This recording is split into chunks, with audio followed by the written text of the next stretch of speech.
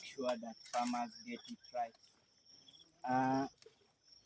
As you can see, we have a seedling that is 1 year old, and as a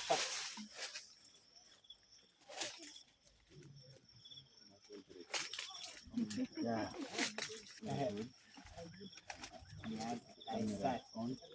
They are saying I start, okay? So my name is agronomist Daniel Spoliko Anyama from Isinya Avocado Nurseries, one of the leading avocado producers in Kenya and in the world currently, because as you can see, we are producing a seedling that is of high quality. In Isinya Avocado, we have 3 rootstock that we are using. The first one is the Kenyan rootstock. Second one is the Israel rootstock, which is salt resistant.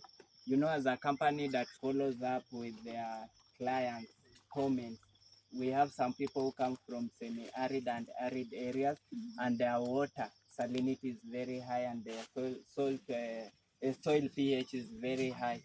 So we have seedlings that are resistant to high salinity and limestone.